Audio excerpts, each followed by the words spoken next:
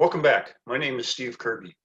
Cruel and unusual punishment is prohibited by the Eighth Amendment to the U.S. Constitution. However, Islam allows it, and at times mandates such punishments. Here is a list of those punishments. Amputation and death for theft. Amputation of a hand and foot from the opposite sides. Amputation of the fingers and toes. Beheading. Burning people to death. Crucifixion. Flogging. Stoning to death. Torture. The details about the commands of Allah and the teachings of Mohammad that support these punishments are too extensive to be covered in this short video. However, details about these punishments are found in Chapter 7 of my book, Islamic Doctrine versus the U.S. Constitution, The Dilemma for Muslim Public Officials. This book is available on Amazon. And you can also download a free PDF copy of this book from either of the websites listed here. I begin this video series by noting that many of the core tenets of Islamic doctrine are in direct conflict with much of the U.S. Constitution. Over the course of this series, we have learned a lot about that conflict. In the first video, I talked about the fact that Muslims in public office have to take an oath to support the U.S. Constitution, a document in conflict with their religion. This conflict between the Constitution and Islamic doctrine led to the creation of the Muslim Oath Project, in which I asked 4 questions of Muslim public officials and candidates that required them to choose between the U.S. Constitution or Islamic doctrine. The 4 questions and the list of Muslim public officials and candidates I have contacted are located at the Muslim Oath Project website. Here are the latest eye-opening results.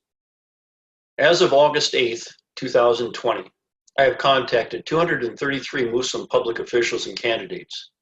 Only 16 of them expressed support for the U.S. Constitution. However, 6 of those 16 would not give me permission to use their names. And 217, it's 93%, of the Muslims contacted would not express support for the U.S. Constitution. Keep this in mind about the Constitution, for which those 217 would not express support. The Constitution of the United States of America is the supreme law of the United States, empowered with the sovereign authority of the people by the framers and the consent of the legislatures of the states.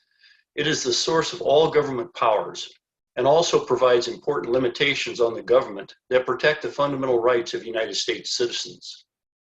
In his farewell address, George Washington said, "The Constitution, which at any time exists, till changed by an explicit and authentic act of the whole people, is sacredly obligatory upon all." The first paragraph of the United States Constitution starts out by saying, "We the people of the United States," and ends with the words, "do ordain and establish this Constitution for the United States of America."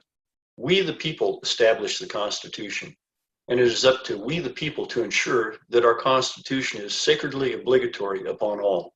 So what are we to do about the fact that 217 of the Muslim public officials and candidates that I contacted would not express support for that Constitution?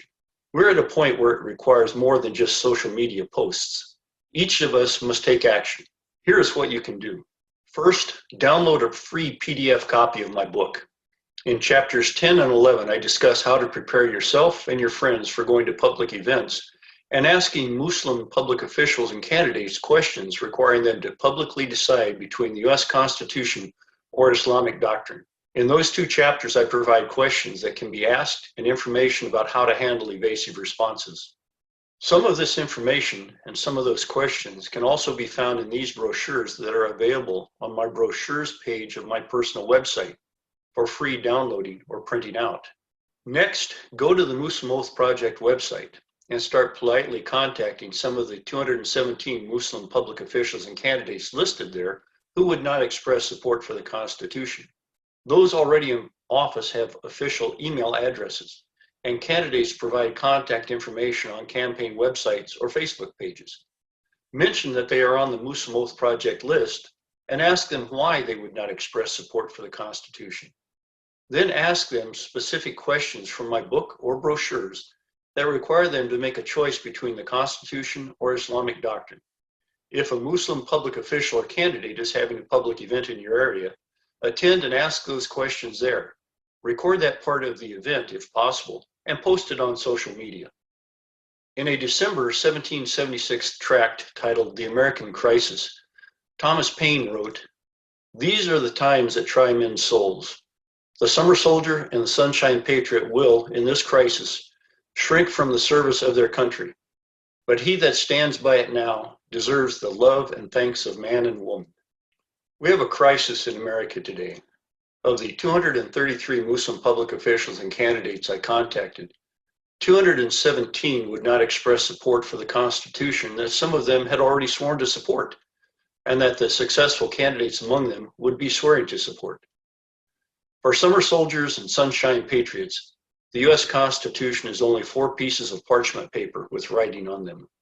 For we the people, it is the supreme law of our land. We must stand up for that Constitution and make it sacredly obligatory upon all by expecting that our public officials and candidates will publicly acknowledge that the Constitution is the supreme law of the land, even if that Constitution is in direct conflict with core teachings of their religion. These 217 Muslim public officials and candidates appear to be operating under the belief that no one will hold them personally accountable to our Constitution. So we, the people, must be the ones to get out of our comfort zones, ask those tough questions, and hold those Muslim public officials and candidates accountable to the Constitution. As Patrick Henry said, "Why stand we here idle? Rally your friends in conservative groups. Stand up for the United States Constitution now, and future generations of Americans will thank you for it."